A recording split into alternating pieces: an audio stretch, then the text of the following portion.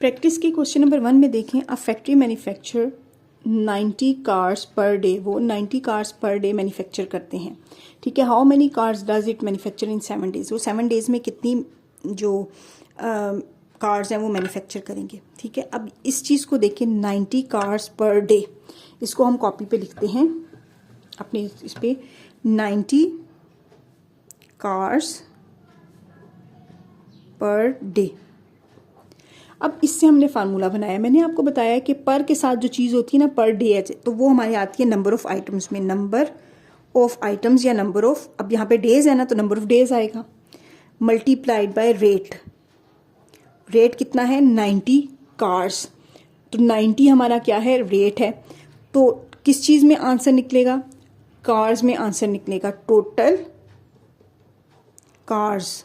ठीक है, per day, जो डे के साथ जो पर के साथ जो चीज़ होती है वो number of day, number of items में आ जाता है, तो नंबर ऑफ डेज आ गया।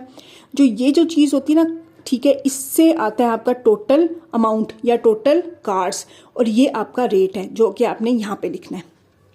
तो यहाँ पे क्वेश्चन में उन्होंने हमें रेट दिया हुआ है 90 कार्स। उन्होंने कहा how many cars does it manufacture in 7 days, 7 days में वो कितनी मैन्युफैक्चर करेंगे, तो 7 आ जाएगा नंबर ऑफ डेज में, तो सिंपल 7 आ जाएगा नंबर ऑफ डेज में। रेट आपका आ जाएगा 90, तो 7 को 90 से मल्टीप्लाई करें तो 630 कार्स, ये आपका आंसर है। तो बहुत सिंपल तरीके से मैंने आपको करवाया है। क्वेश्चन नंबर 2 करते हैं। क्वेश्चन नंबर 2 में है वाटर फॉल्स, अच्छा, water flows out from a tap at a rate of 20 millilitre पर सेकेंड, यानी पर सेकेंड वो 20 मिलीलीटर पानी जो है वो फ्लो होता है। ये हमारी रेट आ गया 20 मिलीलीटर पर सेकेंड। जो पर सेकंड जिसमें पर का वर्ड आएगा ना, तो उसके आगे जो भी अमाउंट होती है वो रेट होता है। तो 20 मिलीलीटर्स पर सेकंड, ये हमारा रेट आ गया।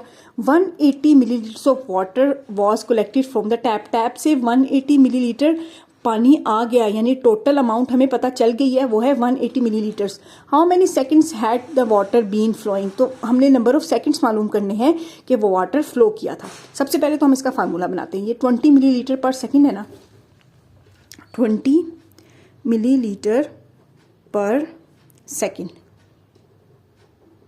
ये हमारे पास गिवन है।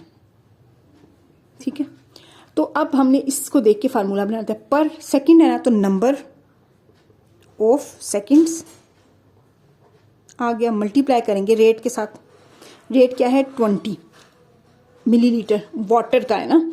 ठीक है, तो टोटल इस साइड पर आ जाता है हमेशा टोटल अमाउंट, यानी टोटल ml जो वाटर के थे फ्लो, जिससे वो फ्लो करता है, तो टोटल वाटर ml, या टोटल ml भी आप सिर्फ लिख सकते हैं। ठीक है, अब टोटल वाटर ml फ्लो करता है कितना। ठीक है, उन्होंने हमें ऑलरेडी बता दिया 180 ml फ्लो किया वाटर।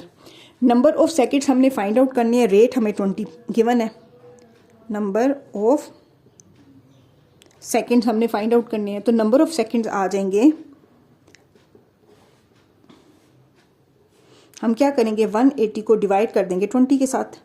ये 20 यहाँ पे मल्टीप्लाई करा ना, ये दोनों क्वांटिटीज मल्टीप्लाई हुई थी तो ये वाली वैल्यू आई थी। तो हमने सिंपल ये वाली वैल्यू निकालनी है, तो हम इस वाली वैल्यू को 20 से डिवाइड कर देंगे।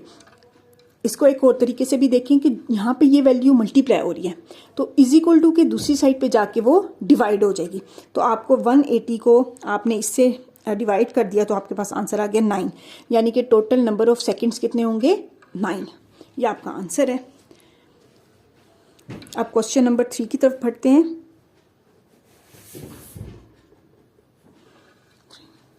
क्वेश्चन नंबर 3 में कर रहे हैं, a bakery bakes 1000 loaves of bread in 5 hours, 5 hours में वो 1000 लोव्स ऑफ ब्रेड बनाते हैं।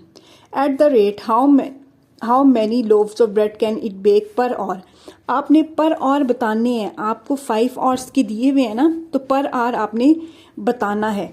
ठीक है, तो इसको हम पर और बताना है ना, इट मीन्स कि हमने रेट फाइंड आउट करना है।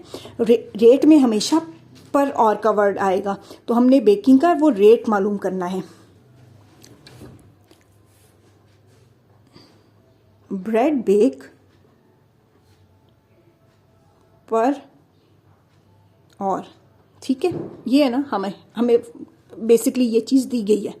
इससे हमने बताना है number of hours multiply by rate is equal to total क्या है, ब्रेड बेक, ठीक है, जितने भी लोव्स बेक हुए होंगे, ये जो चीज़ होती है ना, ये टोटल में आती है, ठीक है। तो उन्होंने हमें दिए, गिवन क्या है, गिवन है 1000 loaves of bread in 5 hours.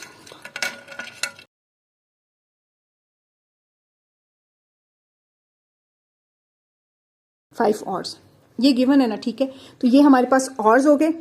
तो नंबर ऑफ आवर्स, इस नंबर ऑफ आवर्स की जगह पे हमने 5 लिखा, ठीक है। मल्टीप्लाई रेट हमेशा आता है पर आवर पे आएगा।